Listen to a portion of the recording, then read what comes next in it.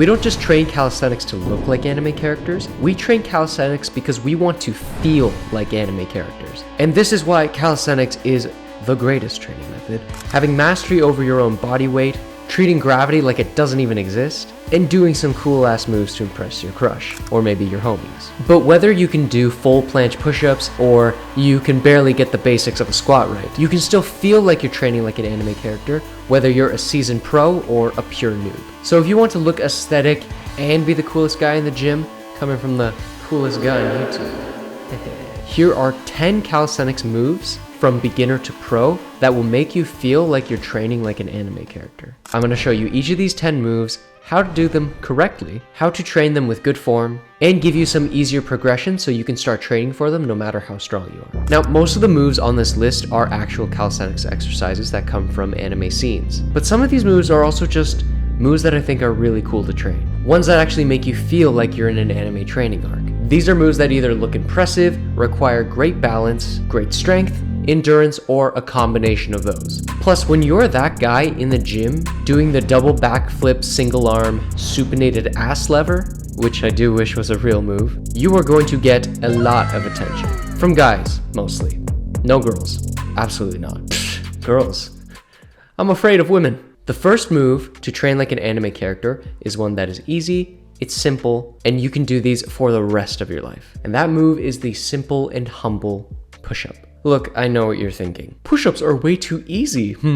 I get that push-ups might not be the flashiest anime-esque move out there, but it's pretty damn good. And for beginners, it's absolutely perfect. There's a reason characters like Asta or Saitama or even Baki himself do push-ups to this day. It's effective, it's simple, and it targets many muscles. In particular, your chest, triceps, shoulders, as well as your abs. Plus, you can literally do them anywhere and literally train anywhere. You are Jay. All you need to do is get on the floor, bring your chest forward, and lower yourself down until your chest touches the floor, and then push yourself all the way back up and finish with a protracted scapula. Very simple, very easy. If you find push-ups too hard, you can always elevate your hands to do elevated push-ups, but if you're starting to find them too easy, you can always do some cooler variations like explosive push-ups or add some weight for weighted push-ups. Very, very anime. When you add weight to your body, you're basically saying, hey, this exercise is far too easy for me. Put weight on me, hold me back. I'm not gonna unleash my true power. I'm too cool for that. But still, I get it. You're looking for something that's a little more impressive and a little more challenging than basic push-ups. So the next calisthenics move, which is also very beginner friendly, but at the same time, most people can't do it. And that move is the L-sit. No, not that L-sit. This L-sit. Even though this move is the second easiest on the list, it's still pretty impressive. Not only does it look awesome, but it feels awesome. Like you're a dark, brooding protagonist who just lost his family and you're hanging from your training facility as you are enduring the pain, and everything is pain, and all you know is pain, pain, pain, pain, as you hold a perfect L-sit. It's a great isometric core strengthening exercise, and it's not that hard to learn. Going into a dead hang, just lift your legs up into a 90-degree position, or bring your knees up and then extend your legs into the 90-degree position. Of course, if you find these too hard, you can keep your legs bent, or you can straighten one leg at a time. And then of course, hold as long as you can until you're the coolest guy in the room or your abs get tired. The latter is more likely to happen. Now, taking it up a notch, if you still want to train like an anime character while keeping it relatively beginner friendly, then you'll definitely want to start learning the next exercise. And this is a classic anime inspired exercise from Goku to Rock Lee to Ippo Makunochi,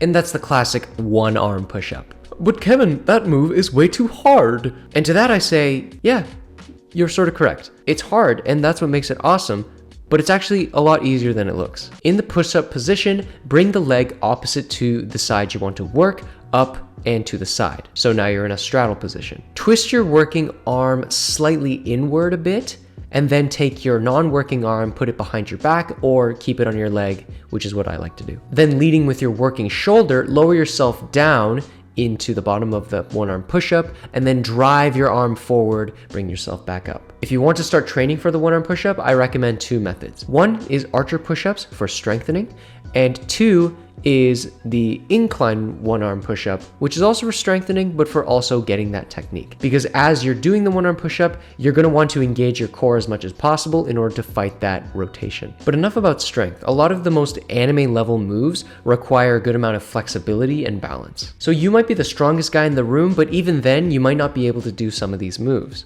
which is why it's higher on the list. And the move that I think demonstrates good level of balance and flexibility, as well as some good strength, is the Jack Hanma V-sit. It's basically the L-sit on steroids. It combines compressive strength, arm strength, and hamstring flexibility all in one move. For me, I'm not that flexible in my hamstrings, so I can't get my legs all the way up. So if you're training these, make sure to stretch out your hammies. You'll also want to practice that specific ab compression by going from an L-sit to a V-sit, so you're holding that position momentarily. You can also practice strengthening your hip flexors as well by doing leg raises against a wall. But if you want to experience true anime level core strength, look no further than the best abs exercise, the dragon flag, popularized by the famous Bruce Lee. But Bruce Lee isn't an anime character, Well, yeah, I know, but shut up. He looks cool doing it, and you will too. Lifting your entire body in the air with just the power of your lats and your core, it looks sick. Plus, you're training your entire core, so it's definitely something that everybody should strive to learn. But that being said, it is more difficult than the V-sit, because 1, you are using more muscles, and 2, you're holding a lot more weight with your abs. So grabbing onto something like a bench, or the edge of a bed, or a pole, drive your elbows towards your body, which is going to lift you up onto your shoulders, and then keep your glutes, abs, everything tight, and staying roughly at a 45-degree angle. Your core should feel bulletproof as you start to tighten it and strengthen it with this exercise. Now, of course, this is way too difficult for beginners, but I do have a dragonfly tutorial already up on my channel, so if you want to check it out, you can click the link in the top right. But to start off, you'll want to do a tucked variation. It's a lot easier, not much weight to lift up, and it helps you to get the technique of resting your body on your shoulders. Now, of course, we're in the later part of the video, so that means the moves are going to start to get a lot harder. Still, I encourage you guys to try these out in order to test out your strength level. Who knows? You might be stronger than you think. And there's nothing else that I think will test your strength more than the Azula from Avatar: The Last Airbender. But Avatar isn't an anime either. I said shut up! The Azula, or the bent planche to L-sit, is a simple maneuver. Starting from the 90-degree hold, tuck your legs towards your body as you swing over to an L-sit and promptly shoot a fireball from your feet. The difficult part comes less so from the L-sit and more so from the 90-degree hold, plus that transition. If you want to be able to learn this, I suggest starting with the elbow lever, which is infinitely easier than the 90-degree hold. Okay, I've covered enough non-anime stuff. Let's get back into that. The next move is one that relies more on balance and endurance rather than pure strength, and that is the Baki leg cross pose, which is basically holding up your entire body weight with your legs crossed with just your thumbs. Now, I would avoid doing these on your thumbs because I don't want anybody to hurt themselves. Instead, do them on your fists with your thumbs sticking out on front. Still counts. Crossing your legs, place your arms in front of you at shoulder width and with your thumbs sticking out. And then lean forward while pressing your hands down to the ground, which is going to raise your body up.